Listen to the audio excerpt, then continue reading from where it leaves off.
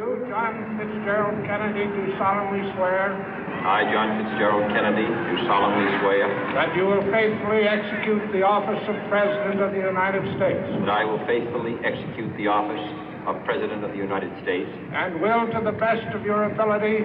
And will, to the best of my ability. Preserve, protect, and defend the Constitution of the United States. Preserve, protect, and defend the Constitution of the United States. So help you God. So help me God.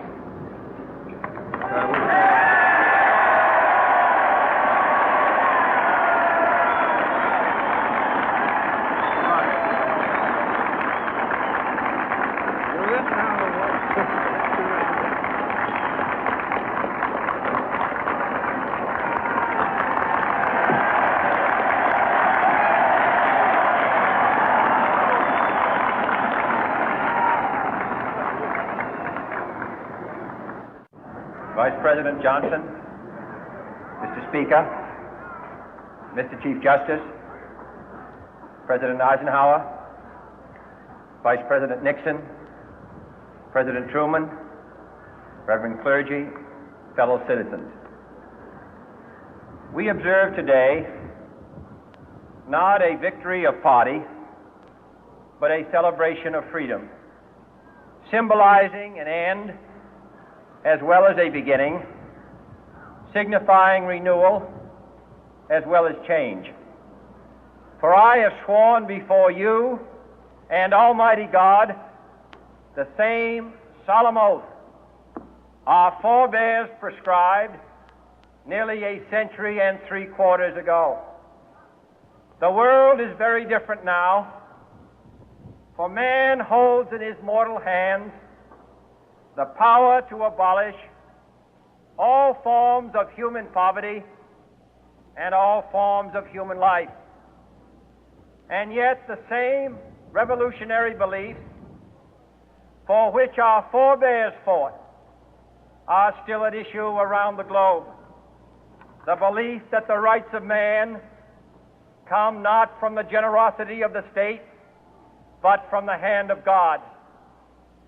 We dare not forget today that we are the heirs of that first revolution. Let the word go forth from this time and place to friend and foe alike that the torch has been passed to a new generation of Americans born in this century, tempered by war, disciplined by a hard and bitter peace, proud of our ancient heritage, and unwilling to witness or permit the slow undoing of those human rights to which this nation has always been committed and to which we are committed today at home and around the world.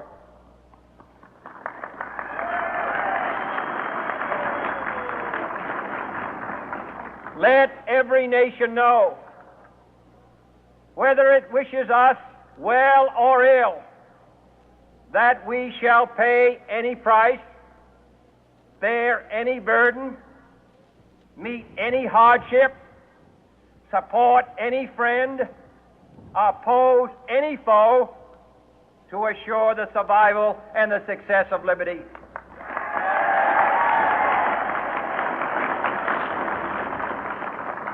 This much we pledge and more. To those old allies whose cultural and spiritual origins we share, we pledge the loyalty of faithful friends.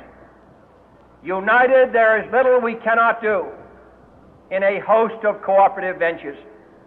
Divided, there is little we can do, for we dare not meet a powerful challenge at odds and split asunder. To those new states whom we welcome to the ranks of the free, we pledge our word that one form of colonial control shall not have passed away merely to be replaced by a far more iron tyranny. We shall not always expect to find them supporting our view, but we shall always hope to find them strongly supporting their own freedom, and to remember that in the past, those who foolishly sought power by riding the back of the tiger ended up inside.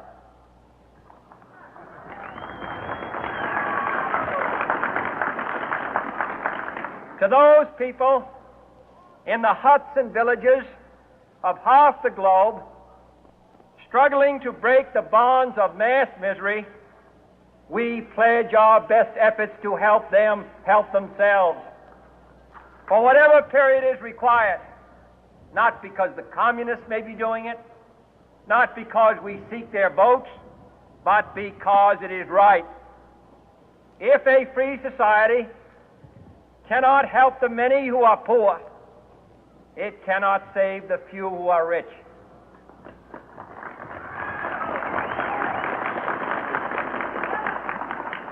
To our sister republics south of our border, we offer a special pledge to convert our good words into good deeds, in a new alliance for progress, to assist free men and free governments in casting off the chains of poverty. But this peaceful revolution of hope cannot become the prey of hostile powers. Let all our neighbors know that we shall join with them to oppose aggression or subversion anywhere in the Americas. And let every other power know that this hemisphere intends to remain the master of its own house.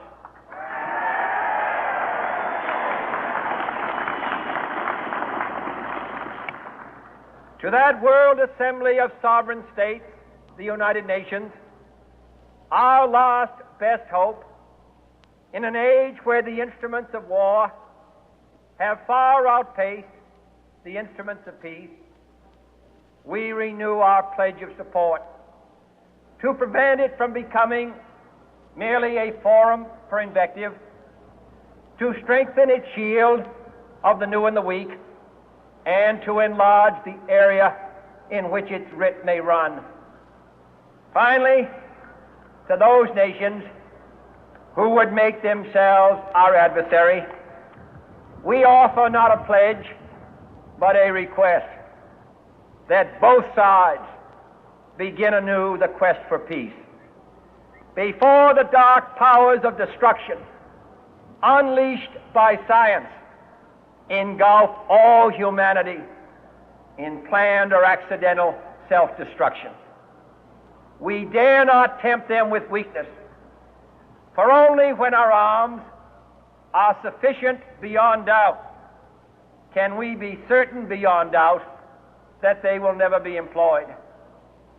But neither can two great and powerful groups of nations take comfort from our present course, both sides overburdened by the cost of modern weapons, both rightly alarmed by the steady spread of the deadly atom, yet both racing to alter that uncertain balance of terror that stays the hand of mankind's final war.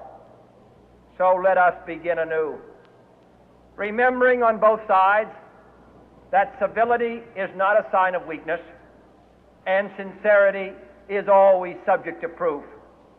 Let us never negotiate out of fear, but let us never fear to negotiate.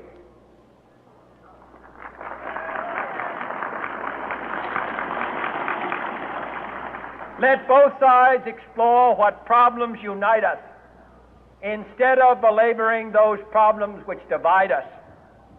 Let both sides, for the first time, formulate serious and precise proposals for the inspection and control of arms, and bring the absolute power to destroy other nations under the absolute control of all nations.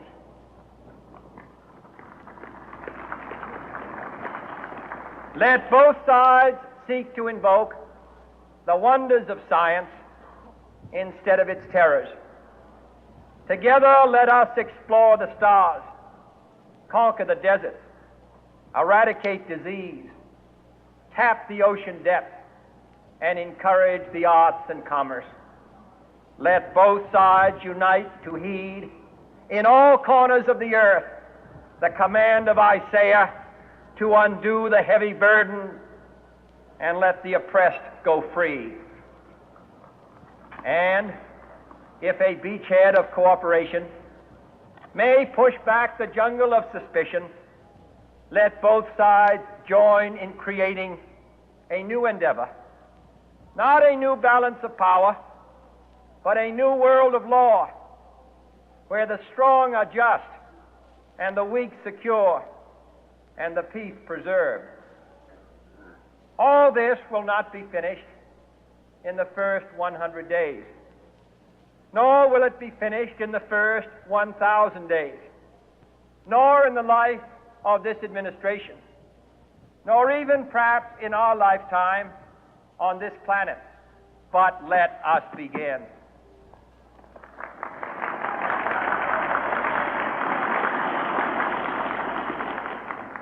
In your hands, my fellow citizens, more than mine, will rest the final success or failure of our course. Since this country was founded, each generation of Americans has been summoned to give testimony to its national loyalty. The graves of young Americans who answered the call to service surround the globe.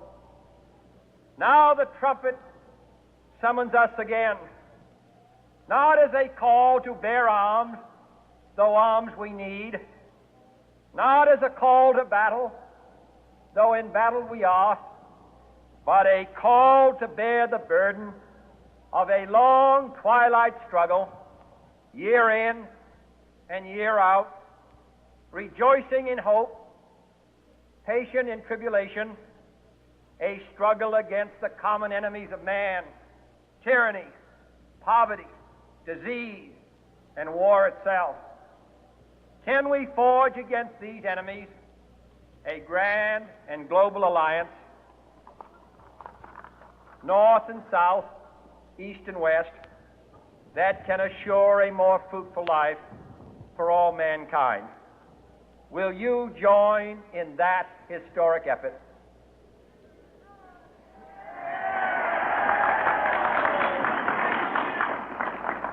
In the long history of the world, only a few generations have been granted the role of defending freedom in its hour of maximum danger.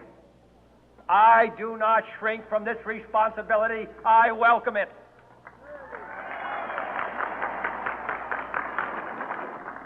I do not believe that any of us would exchange places with any other people or any other generation. The energy, the faith, the devotion which we bring to this endeavor will light our country and all who serve it. And the glow from that fire can truly light the world. And so, my fellow Americans, ask not what your country can do for you, ask what you can do for your country.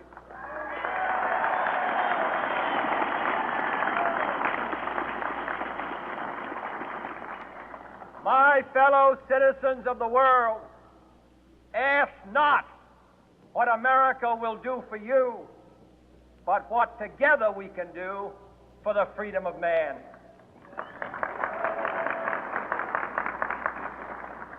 Finally, whether you are citizens of America or citizens of the world, ask of us here the same high standards of strength and sacrifice which we ask of you.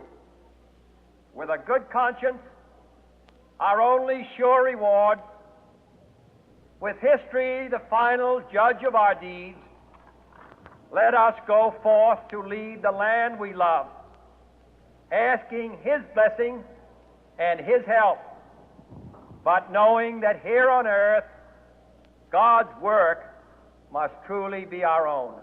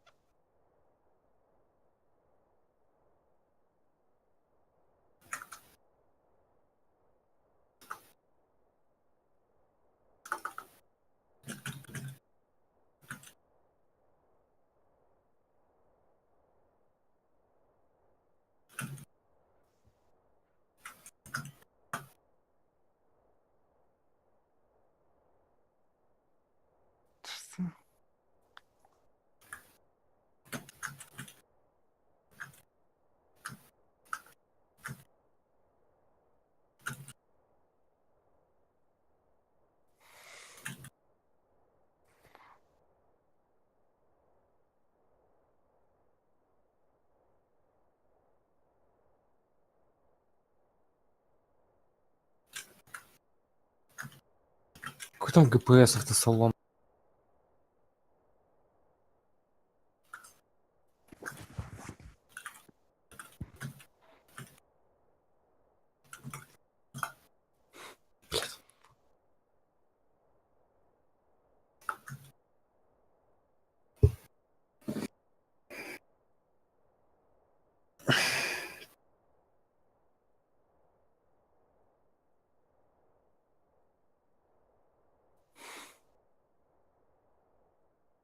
Не думаю, блядь. Ну так-то...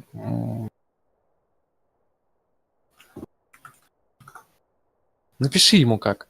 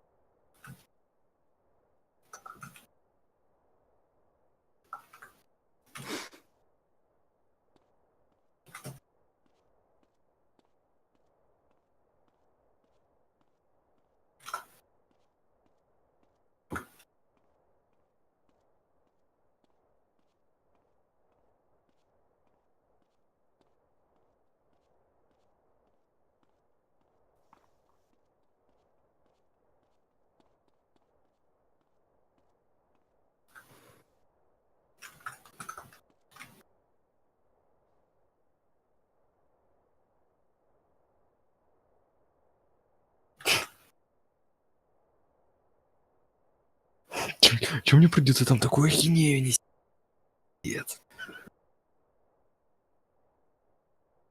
Не, ну если придут, мы будем выезжать в пустыне там, заниматься. Куда он делся? Где он? Что, блядь, с ним происходит?